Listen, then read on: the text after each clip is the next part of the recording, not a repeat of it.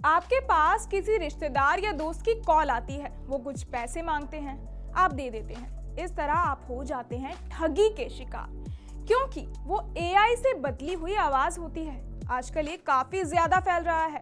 दिल्ली और लखनऊ में ऐसे केस सामने आ चुके हैं। ये स्कैम कैसे होते हैं और आपको इनसे कैसे बचना चाहिए, चलिए समझाती हूँ। नमस्कार, मैं हूँ प्रेरणा और आप देख रहे हैं OTT इंडिया। पहले बात करते हैं कि लोगों के साथ ये ठगी कैसे हुई। बात करें दिल्ली की, तो इस केस में विक्टिम के सामने फेक आवाज निकाली गई। स्कैमर्स ने विक्टिम को बताया कि तुम्हारे भाई के बेटे को किडनैप कर लिया है और आखिर में वो 50,000 रुपए के साइबर फ्रॉड का शिकार हो गया। दूसरा मामला है लखनऊ का।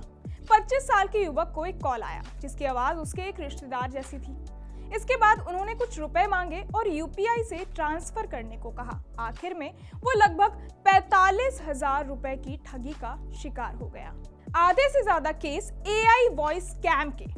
साइबर सिक्योरिटी फर्म MCAFEE का हाल ही में एक सर्वे सामने आया था। इस सर्वे में दावा किया कि भारतीयों के साथ होने वाले साइबर फ्रॉड में आधे से ज्यादा केस एआई वॉइस स्कैम से जुड़े हैं, जिसकी हिस्सेदारी 69% की है। सर्वे में बताया गया कि 47% भारतीय ऐसे हैं जो साइबर फ्रॉड के शिकार हुए या फिर उन्होंने इस केस के बारे में सुना है।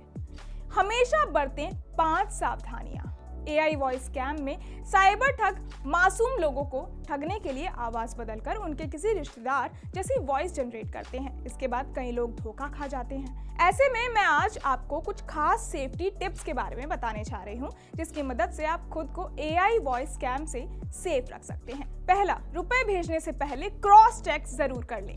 एआई वॉइस स्कैम में स्कैमर्स अक्सर नंबर चेंज करके कॉल करते हैं और रुपयों की मांग करते हैं। इसमें वो किडनैपिंग से लेकर EMI भरने तक का झांसा दे सकते हैं। ऐसे में जरूरी है कि आप क्रॉस चेक कर लें। दूसरा, किडनैपिंग के केस में करें कॉल। दरअसल अगर कोई किडनैपिंग का डर दिखाकर आपको ठगने की कोशिश करता है तो पैनिक ना हो, कुछ देर सब्र करें और जिस व्यक्ति की किडनैपिंग का दावा किया है उसके नंबर पर कॉल करें। अगर वो कॉल उठा लेगा तो सच का खुलासा हो जाएगा। तीसरा, लंबे समय तक बात करने की कोशिश करें।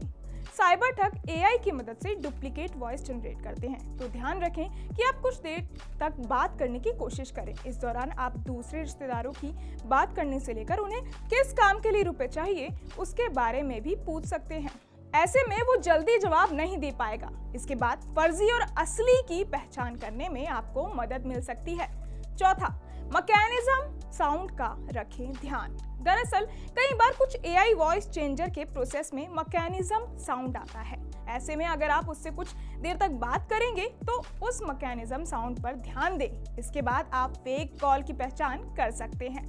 पांचवा, पैनिक ना हो, थोड़ा सब्र करें। दरअसल किडनैपिंग या किसी को रुपए की जरूरत होती है तो वो जल्दी रुपए ट्रांसफर करने को कहता है। इसके लिए जरूरी है कि आप पैनिक ना हो, पहले उसके बारे में क्रॉस चेक कर लें और सच्चाई जानने की कोशिश करें। तो आप ऐसी ठगी से बचें और कभी भी किसी की कॉल पर इतना यकीन करके उसे पैसे ट्रांसफर ना कर दें। इस वीडियो को ज्यादा से ज्यादा लोगों तक शेयर करें ताकि वो इस बड़ी ठगी का शिकार होने से बच जाए। और ऐसी और वीडियोस के लिए सब्सक्राइब करें OTT इंडिया।